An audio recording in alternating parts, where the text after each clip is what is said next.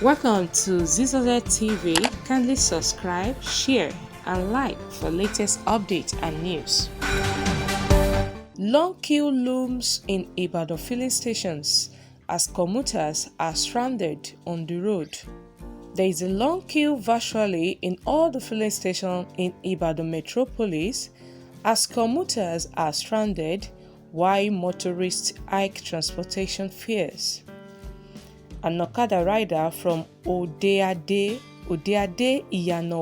Iyanobi said he fueled his bike around 2 p.m. yesterday at a BF filling station around his area, but was very unfortunate by evening when he wanted to buy another one as all the filling stations around his area are closed, and he searched to refill his tank, drains the fuel in his machine, and he has to abandon the bike in the filling station.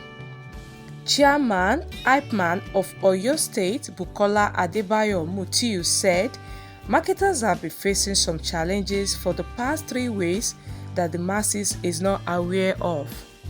He said there is no fuel in Ibadan depots, which made them go to private depots in Lagos and Warri with hike in price, and what they got there was chemical/water mixed with fuel, which is seen on the social media, which knocks engine. Mitu said they have been clamoring for laboratory at depot, which will make them to scrutinize the PMS at the point of purchase, but was unfortunate that the PMS they got from the private depot does not have laboratory to ascertain the quality of the product before purchasing.